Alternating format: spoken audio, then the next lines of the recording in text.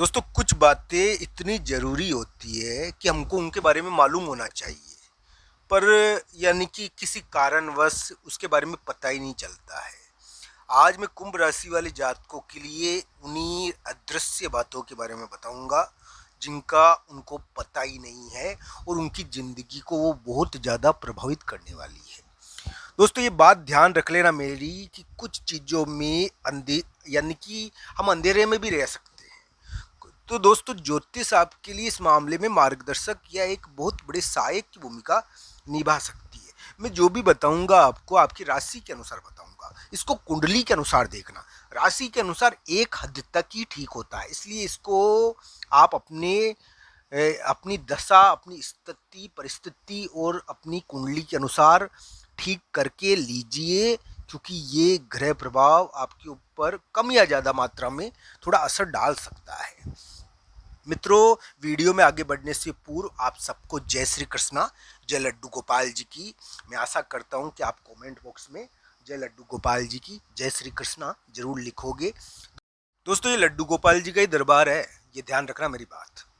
ये भगवान श्री कृष्ण और राधा रानी की कृपा हो आप सभी पर। तो दोस्तों आइए जानते हैं कुंभ राशि वाले जातक के लिए क्या होने वाला है।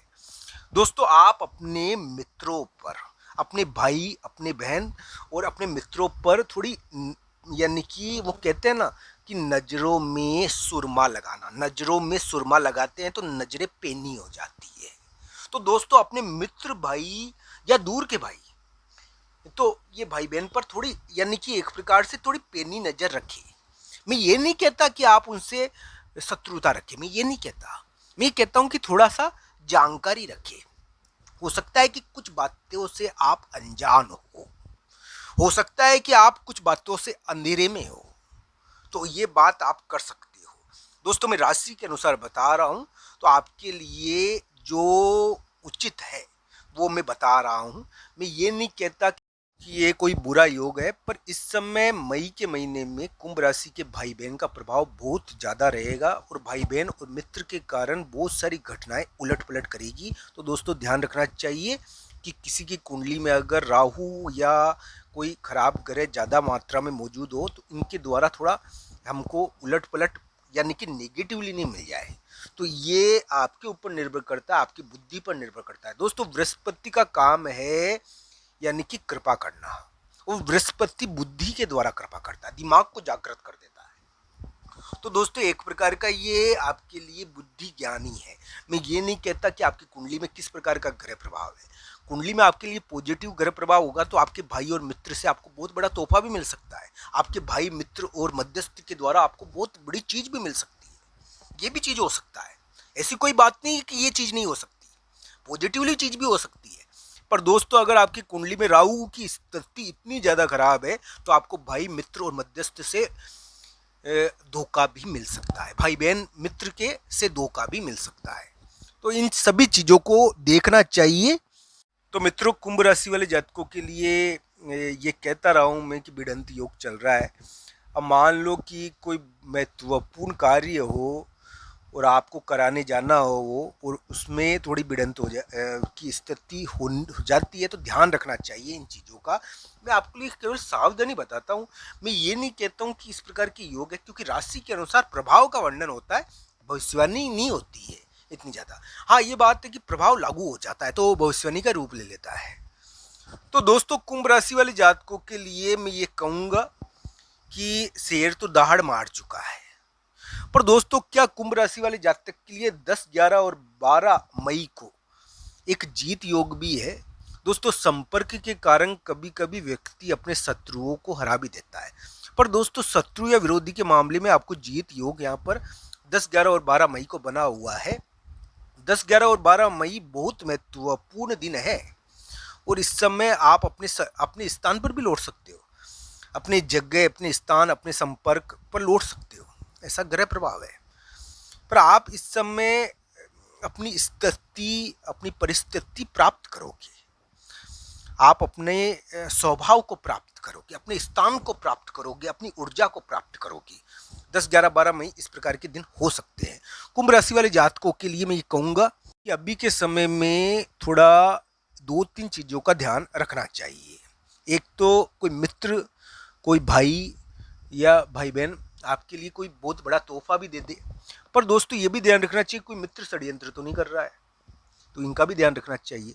आपको अगर कोई कार्य कराने जाना है तो आप विनम्रता से जाए, आप देख कर जाए कि भिड़ंत हो सकती है, तो इसका ध्यान रखें। आपको थोड़ा डांट फटकार भी पड़ेगी, इसका भी ध्यान रखिए।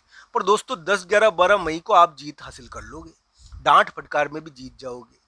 10, 11, 12 मई तो आपके लिए बहुत महत्वपूर्ण उलट पलट के दिन हो सकते हैं। तो दोस्तों इस प्रकार के थोड़े ग्रह प्रभाव आपके लिए चल रहे हैं।